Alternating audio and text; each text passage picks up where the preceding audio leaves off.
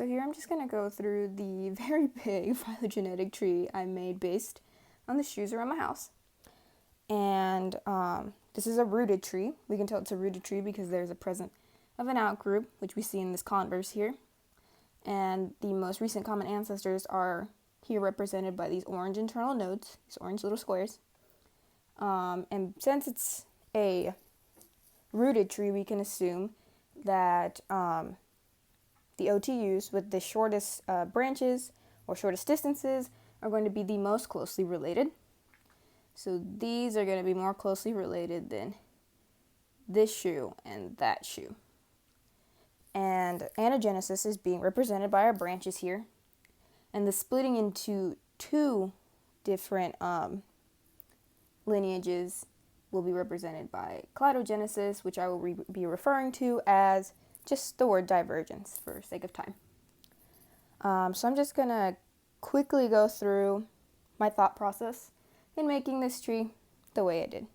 So here we start with the first divergence. And it's sneakers, and I'm going to just say heels, because that was the thought process, and that is our outgroup over there. From here, it diverges by color, silver versus black. And we're going to start over here in the silver first. It splits into two once more, and it's due to height. This heel is significantly shorter than the rest of those heels. From here, it's the type of heel. Here we have a wedge. Here we have the just standard thin heel. From there, it splits, just this one's more covered, and these are not as covered. And then the difference between these is that this shoe over here is more jeweled, and this one is just a solid color, or solid silver. Then we move on here to the black.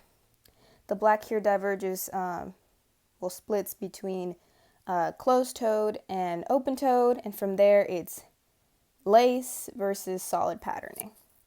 And that's just the thought process I went to into making this. Here's another look at my phylogenetic tree.